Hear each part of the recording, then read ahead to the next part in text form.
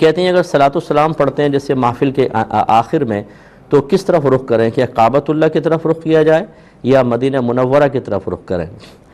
دیکھیں بہت سی چیزیں ایسی ہوتی ہیں کہ شریعت ان کا کوئی ان کے بارے میں سختی سے تعلیم نہیں دیتی، ہم انہیں ادب قرار دے دیتے ہیں۔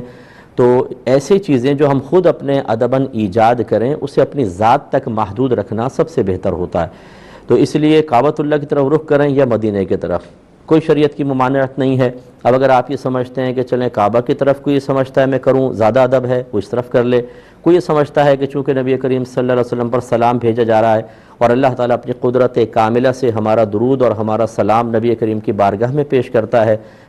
فرما دیتا ہے، تو اس کا مطلب یہ ہوا کہ جب ہم سلام پڑھتے ہیں تو سرکار صلی اللہ علیہ وسلم کی بارگاہ میں پیش ہو رہا ہے، تو جس طرح ہم کسی شخص کو سلام کریں تو اس کی طرف رخ کرتے ہیں، اس لیے مدینہ منورہ کی طرف رخ کر کے کھڑے ہو جائیں تو یہ بھی بہت اچھی سوچ و فکر ہے، لیکن اپنی ذات تک محدود۔ اگر کہ ایک شخص ہے نہ کعبۃ اللہ کی طرف رخ کرے نہ اس طرف بلکہ ادھر منہ کر کے وہ درود و سلام پڑھ رہا ہو، آپ اس پہ فتویٰ جاری کر دیں کہ تم بے ادب ہو، یہ غلط ہوگا۔ جس طرف رخ چاہے کر کے پڑھیں، کوئی ممانعت نہیں ہے۔ ادب احترام اپنی جگہ پر ہوتا ہے، بعض اوقات خود ساختہ ادب احترام ہوتے ہیں، وہ تو ویسے ہی مسلط نہیں کرنے چاہیے۔ اور ہاں قرآن حدیث سے ثابت ہو یا ہمارے معاشرے میں ہمارے عرف میں بہت زیادہ وہ رائج ہو چکا ہو کہ اس کے خلاف ہونا ہر شخص کی نگاہوں میں معیوب اور معتوب بن رہا ہو، اس کا ادب احترام، جیسے مسجد میں جوتی لے جانا۔ نبی کریم صلی اللہ علیہ وسلم اور صحابہ کرام سے نالین کے ساتھ نماز پڑھنا ثابت ہے، لیکن اب ہمارے عرف میں جوتی مسجد میں لے جائیں سب اس کو معیوب سمجھتے ہیں، اس سے بچنا ہوگا۔ اللہ تعالیٰ عمل کی توفیق عطا فرمائے۔ مختصر